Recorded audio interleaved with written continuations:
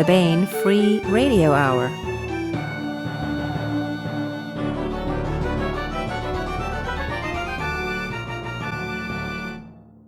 On the podcast, a new story set in the best-selling Gordian Division series, Ishmael Jones searches for a killer in a haunted house, and we continue our ongoing audiobook serialization of Timothy Zahn's Cobra, all right now.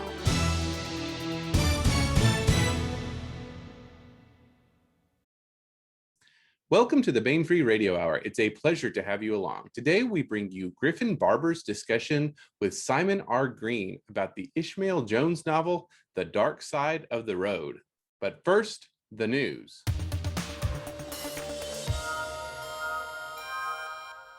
Head on over to Baen.com and check out this month's free short story, The Bloody Dentist by Jacob Hollow. When a dead body, badly beaten, is found in a narrow corridor carved out of the ice shelf beneath Promise City on Titan, the largest and most populous of Saturn's moons, it falls to acting deputy Detective Isaac Cho of the Consolidated System Police to solve the case. What at first looks like a routine gangland slaying, however, soon turns out to be anything but. It seems there may be a serial killer on the loose, one that takes gruesome trophies from his kills, earning him the nickname, the Bloody Dentist. Eager to prove himself to his mentor, Detective Cho must do what it takes to solve the crimes before the Bloody Dentist strikes again. That's The Bloody Dentist by Jacob Hollow, free to read now at Baen.com. And that's it for the news.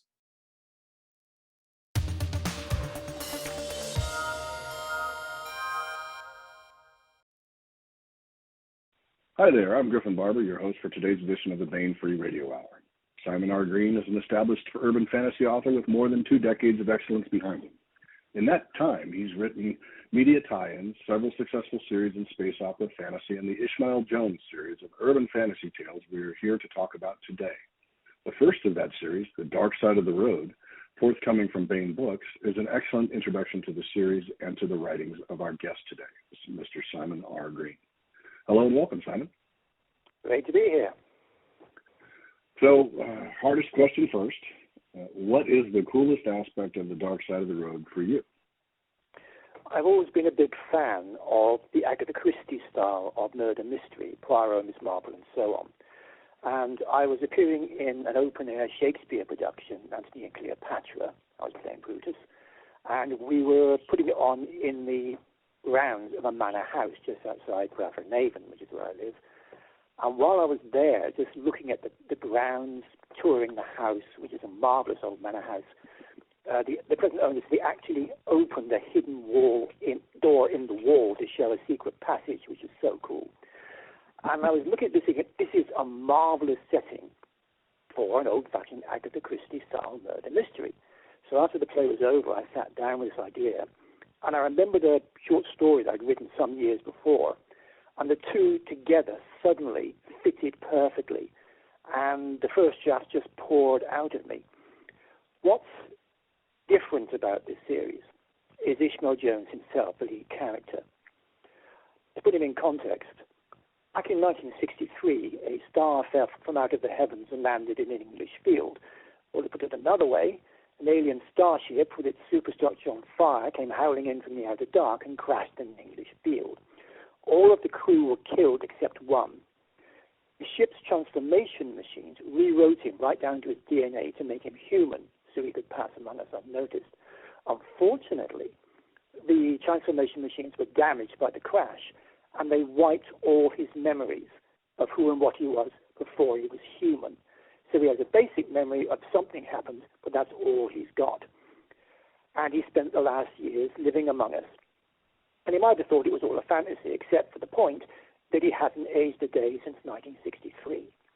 He's worked for any number of underground and secret organizations in the past. He's now working for a very mysterious group called simply the Organization. And they're so mysterious, even he doesn't know who they are or what they are. But they keep him hidden from a very inquisitive world, and in return, he solves mysteries which have weird and uncanny elements. So putting those two together produced a murder mystery which was different from what's gone before, but still absolutely fascinated me, because Ishmael is very much the outsider character. He's outside looking in, which means he sees things that other people don't, which enables him to solve the mystery. Right. So did you stumble on that aspect? It sounds as if you kind of did, or you hammered together these two things that really excite you as far as mystery, the Agatha Christie kind of thing, and then the almost Starman-esque outsider. Did the character come separate to you, or did Agatha wanted to write an Agatha Christie kind of closed room murder mystery come first, or? I really wasn't sure where Ishmael was going when I started writing, but I just plunged into the first chapter, and his voice just emerged as I was writing. And as I kept going, he just opened up before me, and suddenly there were all these different things that he could do, different aspects, and he was just a joy to write. His dialogue just flowed, which doesn't always happen. And so when you get a happy accident like that, you run with it and be very grateful. Yeah. I do enjoy the way he answers questions with like there'll be almost a paragraph of question, and he'll be like, no. Very, very simple, very short, but also or yes, but leaves so much to be to be answered still in the mind of the reader. Really tells you just enough and no more. Right, exactly, and then might misdirect you if you have your own predilections and they're asking the question. What I like about Ishmael is, I mean, every book in the series starts with "Call me Ishmael," which tells you where he got his name from, because he's got no memory. So obviously the first book he found was Moby Dick. Right. And he took Ishmael and he thought Jones, that's a common name. Therefore, Ishmael Jones will allow me to pass completely unnoticed. Right. He really doesn't understand that every time he says his name, everybody just looks at him. Right. Especially being an outsider. If he says it in that format as well. Oh, Call me Ishmael, yeah. The dark side of the road has at its heart an unreliable narrator. Ishmael, not because he doesn't want to tell us what he's done or is, but because he himself is not so sure. It sounds as if that kind of character kind of grew out of the how do I tell this story, and a lot of the exploration of him revealed a lot more for you to kind of sink your teeth into. Is there any other character that kind of, in your reading or your background, that kind of gave you this character as somebody you wanted to write about? The newest I can think of as an inspiration would be some stories that were written originally back in the 60s by a mystery writer called Edward Hawke, who's basically been known for writing fairly standard detective stories and puzzle stories. But he wrote this series of stories about a character called Simon Ark, who might or might not be a 2,000-year-old man who's hunting traces of the devil throughout history. And it's never made clear, is he or isn't he? But they were wonderful mystery stories with this weird element just floating around in the background. I read these long time ago and loved them. And I always thought I'd like to do something like that mixture of things. I think that's at least partly where it might help to inspire Ishmael. But the real fascination for me about Ishmael is because he's the outsider. He spent 50 or 60 years among us, but he's not one of us and never will be.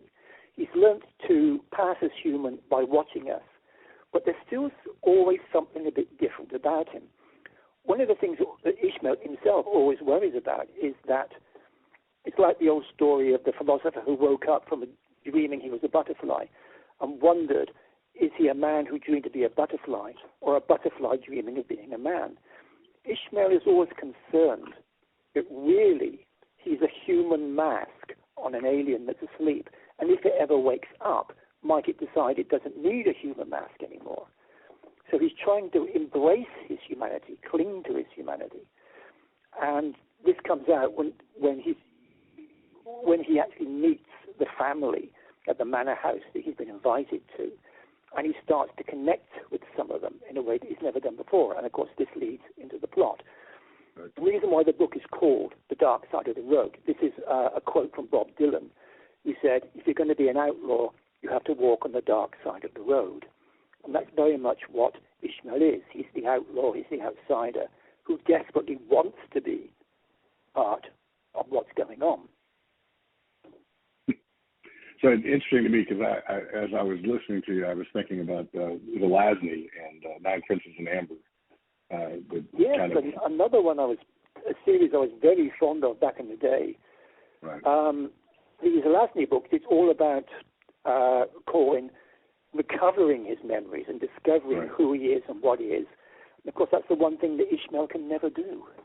Right. But Dark Side is the first of a series of books. It wasn't intended to be. I wrote it as a one-off. I thought it was a great idea. I had a great murder mystery plot. I wrote it, and it came out originally from 7 books here in Britain. And I thought, great, it's out there. And then 7 came back and said, actually, that sold rather well. Can we have 2 more? I thought, oh, well, okay, since you're asking.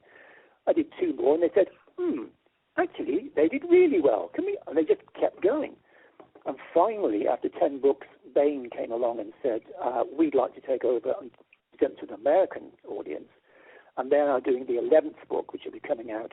That's Haunted by the Past. And, yes, and hopefully we'll be able to talk about that in a few weeks. Okay. And the point of the series is that in this first book, Ishmael is gone to a Belcourt manor. And as in all Agatha Christie books, there's the Belcourt family, there's their guests, and they're all isolated by this terrible blizzard that holds them in one place. And then people start dying one by one. And our hero has to work out what's going on and why, while there's anybody still left.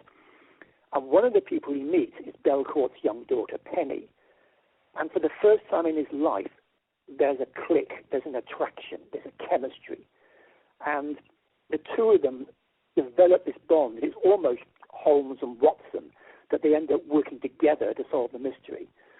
And as the books go on, it's about their growing relationship, that she is teaching him how to be human by showing him what love is, and he's experiencing love and relationship for the first time, and that's changing him as he goes along. So which character of The Dark Side of the Road kind of surprised you as you were working on the book? Well, I think it's got to be Penny. I mean, she wasn't written to be, the sidekick, the support. She was just one of the family, and I thought at some point, she'll make a nice red herring. Then they met, and I started writing the dialogue, and I'm going, wait a minute, I didn't plan for this, but suddenly I can't get them to shut up. They're just going back and forth, they're cracking gags, they're exchanging confidences, they're connecting. I thought, right, when you get a happy accident like this, you think, pick it up and run with it. And suddenly the whole thrust of the book changed to be not just an outsider solving a mystery, but an outsider for the first time connecting to somebody and solving a mystery as a partnership. So in a similar vein, which character from The Dark Side of the Road would you want to avoid like the plague, and why? Okay, this comes back to the Belcourt family again. The old man who is the head of the family has a second, much younger trophy wife, which is Melanie, and she is a predator. You can tell, she married him for the money, the house, the background, and she, as you go through the book, you can see that she's got all kinds of connection with everybody there, and that she is trying to run everything that's happening. And of course, when you've got somebody like that and you've got murders happening, you've got to wonder, is she connected? Is she the murderer? Has she hired somebody to be the murderer? Or is somebody using her as the red herring because she's so obvious? But she is, I think it's fair to say, a nasty piece of work. You would run a mile to avoid her. But at the same time, you can see, I hope you can see if I've written her properly, you can see the attraction of her. She's very sharp, she's very beautiful, and she can dominate a room with her personality. You can see why Old Man Belcourt married her. And you can also see why Penny, who is Belcourt's daughter, but not Melanie's daughter, you can see why those two are each other's throats for the whole of the book. So, in a similar vein, also, which character would you want as an ally? I would say the butler, who is actually called Jeeves. And the whole point is he's not actually a butler. He's been hired by old man Belcourt to be his bodyguard and security. But he's playing the role of the butler. So he's taken on the name Jeeves, and he's trying to play the role as best he can. And as the murder starts happening, of course, he thinks he's the hero of the tale. He's leading into action and trying to be the man, the James Bond character. But he is so out of his depth that eventually he has to turn to Ishmael, because Ishmael clearly knows what he's doing. And Jeeves essentially becomes almost a second Watson. He's the man of action that you send in, to do the action adventure stuff. And again, he just turned out to be so much fun to write. He's very dry, he's very droll. He has no respect for anybody in there. He can see them for what they really are. But at the same time, he's the guy who has to stand between them and a bullet. He's there to protect them, and he takes that very seriously, which I think is what makes him the fascinating character he is. Excellent. So the dark side of the road naturally deals with things of a dark and mysterious nature. Did you find this to be your natural métier, or did you kind of fall into it? Most of my books, I've done lots of series down the years, tend to deal with this side of things. It's our own hidden secrets, our own dark side, which drives us. It's, in a sense, it's the secrets from our past that shape us and continue to move us through the things we do. And by delving into this, particularly in a murder mystery, every character in the book has a secret, something that matters very much to them. And our hero has to dig in and find out what they are. And of course, most of the secrets have nothing to do with what's going on with the actual murders. But by uncovering the secrets, we start to understand why these characters are the way they are and why they react to the other characters the way they do. And once you've dug into that, then you start to empathize with the characters, to care about them.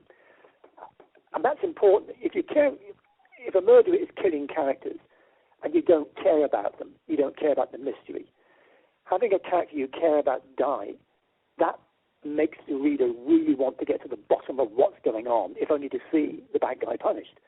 It's part of solving the mystery of the murder. Right. Certainly works for me. So I enjoyed the locked room nature of the mystery of the book. Without going too deep into spoiler land, what inspired you? What gets its hooks into you about working in that small narrative space? Well, The Locked Room is a classic in murder mystery fiction. I mean, Agatha Christie did God knows how many of them. It's the purity of it. You've got somebody lying dead in a room with absolutely no way that anybody could have got to them, and working out the puzzle. At the end of it, it should be so cleverly done that the reader goes, oh, of course, it had to be that way. It's the only way it could be. But it is a very difficult thing to pull off convincingly. I can remember doing an earlier series. I did the Hawke and Fisher books, which is about two beat cops who lived in a Lord of the Rings-style city. And I had a locked room murder mystery in that. And I actually got halfway through the book before I realized, to my horror, that the solution not only didn't work, but couldn't be made to work. I had to completely abandon it, sit down and work out a whole new solution that didn't involve throwing out the first half I'd already written. And I managed it, but it was rather tricky to do. But the locked room murder mystery always appeals to me because it's right there in front of you. I can give you the setting, I can give you the background, I can give you the clues. And then I've got to work in as many red herrings as possible to keep you from working out what I've done. Basically, I'm just tap dancing really fast and hoping you're not looking in the wrong place. Right. Because I'm a firm believer in the fair play mystery. You've got all you need to solve this. It's up to you to put everything together before I tell you. And if I've done my job right, you should look back and go, of course, that's exactly how it had to be. It certainly worked for me. it occurs to me that you must have like an exceptional list of favorites within that subgenre of mysteries. Could you give us maybe your top two locked room mysteries that you've read? Well, like I said, Agatha Christie has done so many. Also, Gail Marsh has done some very good mysteries of her own kind. But I always go back to, not really, people don't tend to think of him as a detective, but I grew up watching the Saint TV show back in the 60s with Roger Moore. Mm-hmm. Yep. And I absolutely loved them. That was Simon Temple of the Saint. And my dad said, "Do you know there's some books that it's based on?" I said, "No." And he had a whole bunch of them that he'd read, and he handed them over to me, and I just devoured them. And I went on to read everything that Leslie Charteris had written about the character.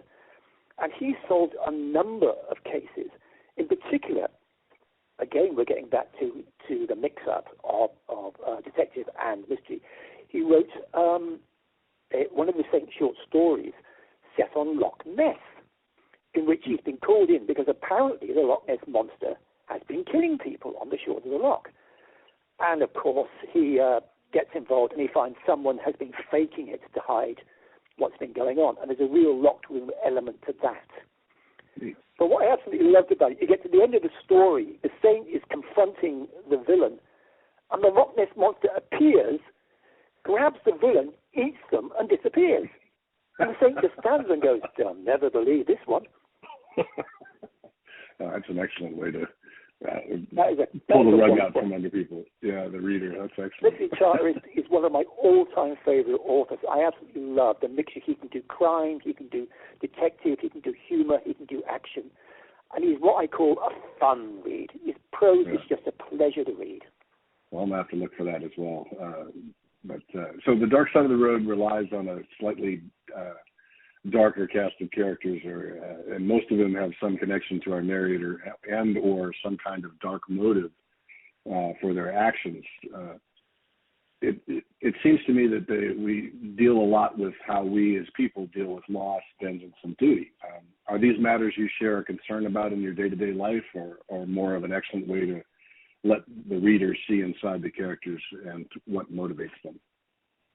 Like I said, it's all about, we all have secrets. We all have the things that we hide from the rest of the world.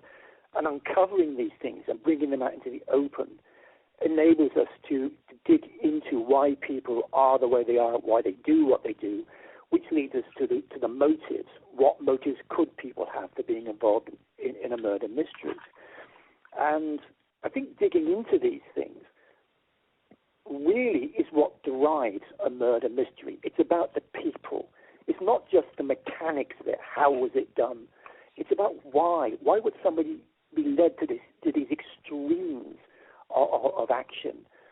And watching how people react to a murder is just as important as working out why the murder is happening, how it affects people, how it drives them. And I really think that the whole point of a murder mystery is not just to give you the answer, but to show what's happened to the people involved. There was an excellent BBC television series called Broadchurch, which was written by Chibnall, who's one of the main Doctor Who people. And it was all about not so much who had been responsible for this crime. It was about the impact it had on the people of the small town where it was happening. In the end, who was guilty and why was almost incidental. It was about the impact and the changes it brought about in the community. And I've always felt that impact of the crime on how it changes the people is the important part of a murder mystery. I identify with that. I was 20 years a police officer in San Francisco. It's certainly much more about, certainly for those of us that are left behind, it's always about what happens to us. Yes. Yeah, the survivors that have to deal with the loss and the impact, as you said. So excellent, and it really is shown in this book. I very much enjoyed The Dark Side of the Road. Our penultimate question then is: what, aside from the considerable raw entertainment value, do you hope readers will carry with them long after reading The Dark Side of the Road? Well, first, I hope they think it's fun. It is a classic Agatha Christie-style murder mystery with strange elements in it. I'd be hard-pressed to name any other series that's quite like it.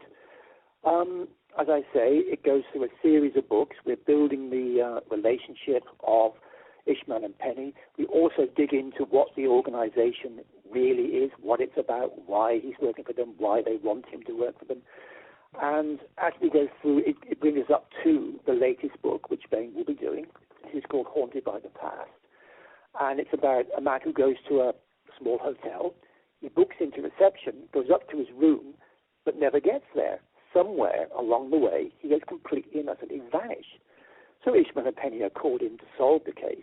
And it's not until they get to the hotel that they discover it's got a reputation as the most haunted house in England. And they have to discover, does this have anything to do with the vanishing? Is somebody using it as a red herring to distract from what's really going on? And if I say anything about Darkside, it is simply, here's a marvelous new character. Here's a really good fun mystery. Have a good time. Excellent. So our last question is, what conventions can your fans hope to catch up with you at and what other work do you have in the pipeline for your fans to read? One of the things I've really missed in the last 2 years of the play, because I was trapped in my house for pretty much 2 years, I miss conventions. I did quite a few American conventions before, and I'm planning to again. But at the moment, I've been reading various comm reports, and that it does seem to be that they're still saying everybody has to wear masks and everybody has to distance. And I thought that's not really a convention. You go to a convention to meet people, to make connections, to have fun. And that's what I intend to do, but probably next year, I think. Hopefully things will have edged back more to normal by then. And certainly I plan to get back to as many American conventions as will have me. Other series I'm working on at the moment, the first book I did for Baen was Jekyll and Hyde Incorporated, which is a new take on the old story. That one, About Yourself Well Enough, I'm currently writing the sequel, which is Hide and Seek. And for my British publisher, Seven, I'm doing a series which is the Gideon Sable Mysteries, who's a master thief who steals things that other people can't, like a ghost's clothes or a photo of a city that never existed. And it was created to be a kind of supernatural Ocean's 11. He puts together a crew with their own weird abilities to steal things that nobody else could. Again, that started out as a one-off, and it sold sufficiently well. I'm now doing the fourth one, and they're great fun to write. So that's what I'm doing at the moment. Thank you very much, folks. This has been Simon R. Green and Griffin Barber speaking to you about the dark side of the road. Thank you and good night. Thank you.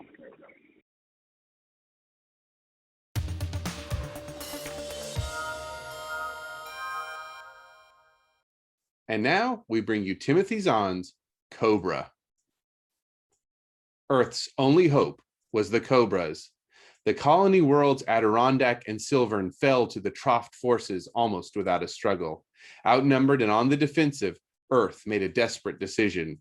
It would attack the aliens not from space, but on the ground, with forces the Trofts did not even suspect. Thus were created the Cobras, a guerrilla force whose weapons were surgically implanted, invisible to the unsuspecting eye, yet undeniably deadly. But power brings temptation, and not all the Cobras could be trusted to fight for Earth alone. Johnny Moreau would learn the uses and abuses of his special abilities and what it truly meant to be a Cobra. Swathed in bandages and IV tubes, Halloran looked more like something out of an archaeological dig than a living person. But what was visible of his face looked happier than Johnny had seen it in months. As well it might, considering the lousy odds all three Cobras had somehow managed to survive.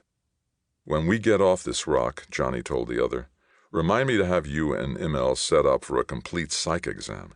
You're both genuinely crazy." "What? Because we pulled the same stupid trick you were going to try?" Halloran asked innocently. "Stupid trick nothing," Deutsch retorted from the bed next to Halloran's. Only a few bandages graced his form, mute testimony to superior luck or skill. "We were practically on top of the place when you and Ilona made your break. close enough that we were actually inside their temporary picket ring when they all charged out after you. It was perfectly straightforward tactically. It was just the implementation that got a bit sticky. Sticky my eye teeth. Some of us lost a lot of skin in there. Halloran jerked his head in Deutsch's direction. Now him you're welcome to have sent up. You should have seen the chances he took in there. Not to mention the way he stared down Borg and got everyone on the streets looking for you. Which, with a little unconscious help from the Troughs, was what had ultimately saved Johnny's life. He wondered if the aliens had had any idea what Ilona was really doing out there when they'd grabbed her. "I owe you both a lot," he said, knowing how inadequate the words were. "Thank you." Deutsch waved a hand in dismissal. "Forget it. You'd have done the same for us.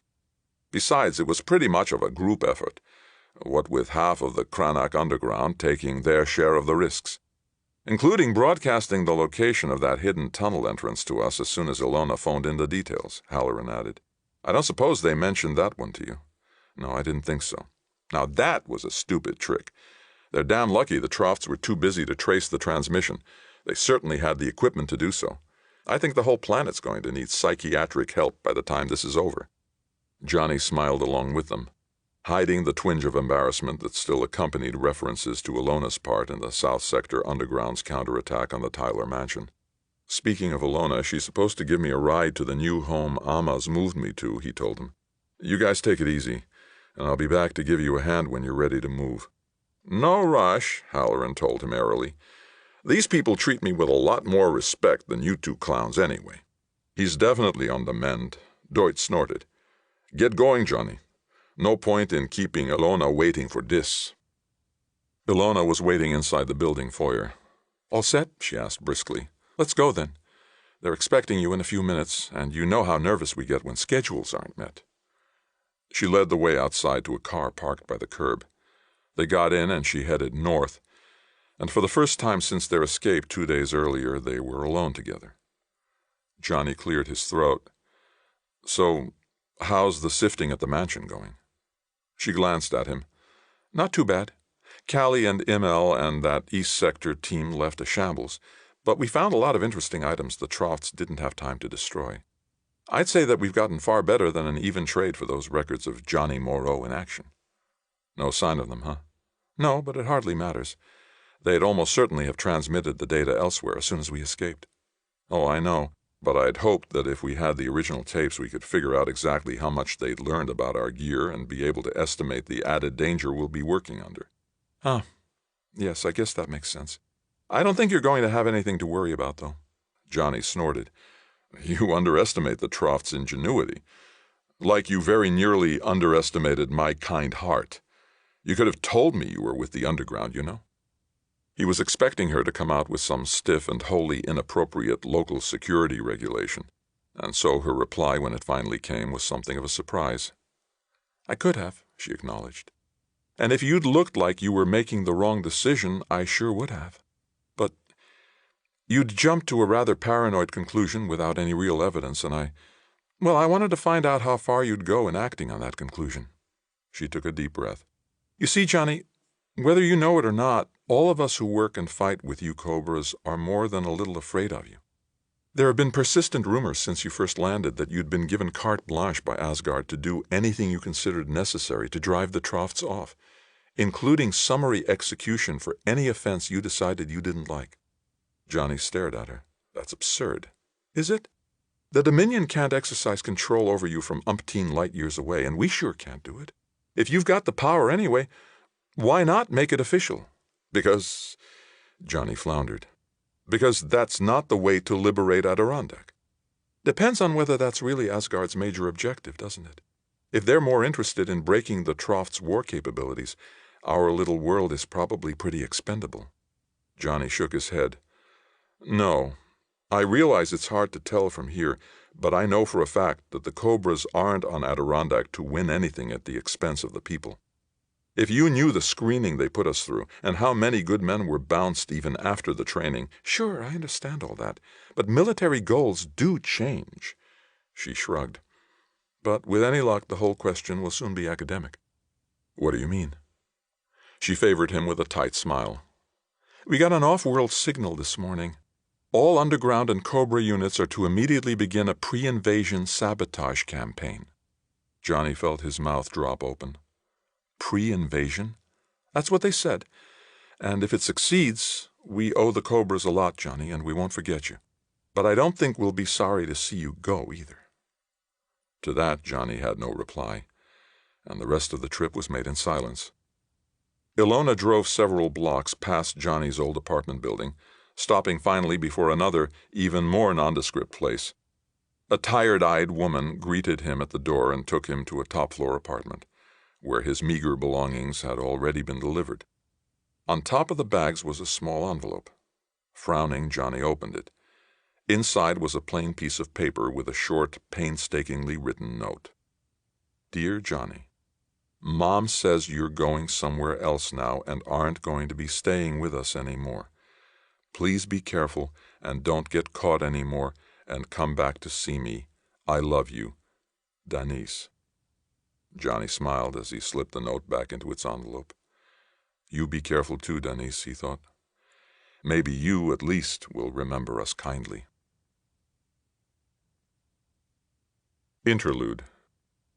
The negotiations were over. The treaty was signed, ratified, and being implemented, and the euphoric haze that had pervaded the Central Committee's meetings for the past 2 months was finally starting to fade. Vanis Darl had expected Comité Horm to pick this point to bring up the Cobras again, and he was right. It's not a question of ingratitude or injustice. It's a question of pure necessity, the Comité told the Assembly, his voice quavering only slightly. Seated behind him, Darl eyed Horm's back uneasily, seeing in his stance the older man's fatigue. He wondered if the others knew how much the war had taken out of Horm. He wondered whether they would consequently recognize the urgency implied by his being here to deliver this message personally. From their faces, though, it was obvious most of them didn't, an attitude clearly shown by the first person to rise when Horm had finished. "If you'll forgive the tone, Horm," the other said with a perfunctory gesture of respect, "I think the committee has heard quite enough of your preoccupation with the Cobras. If you'll recall, it was at your insistence that we directed the Army to offer them exceptionally liberal re-enlistment terms, and in your place I would consider it a victory that over 70% chose to accept. We've all heard from Commander Mendro and his associates just how much of their equipment the other 20-odd% will take back to civilian life with them, and we've concluded the Army's plans are acceptable. To again suggest now that we force those men to remain in the Army strikes me as a bit over-concerned. Or paranoid, as the word will be interpreted, Darl thought. But Horm had one tac nuke yet in reserve, and as the Comité picked up a mag card from his stack, Darl knew he was about to set it off.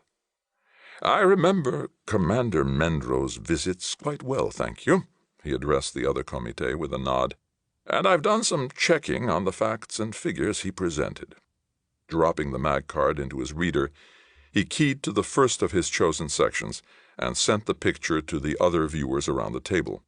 "You will note here the percentage of Cobra trainees that were actually commissioned and sent into the war, displayed as a function of time.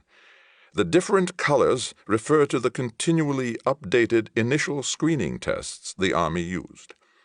A few frowns began to appear. "You're saying they never got more than 85% into the field?" A Comité halfway around the table spoke up. "The number I remember is 97%. "That's the number that were physically able to go after training," Horm told her. "The rest of them were dropped for psychosociological reasons." "So?" Someone else shrugged. "No testing method's ever perfect. As long as they caught all of the unacceptable ones." "I expect Horm's point is whether or not they did catch all of them," another Comité suggested dryly.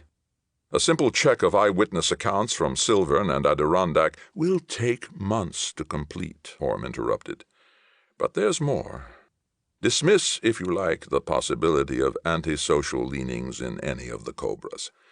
Are you aware they'll be taking their combat nanocomputers back with them, with no reprogramming? All eyes turned to him. "What are you talking about? Mendro said—" The speaker paused.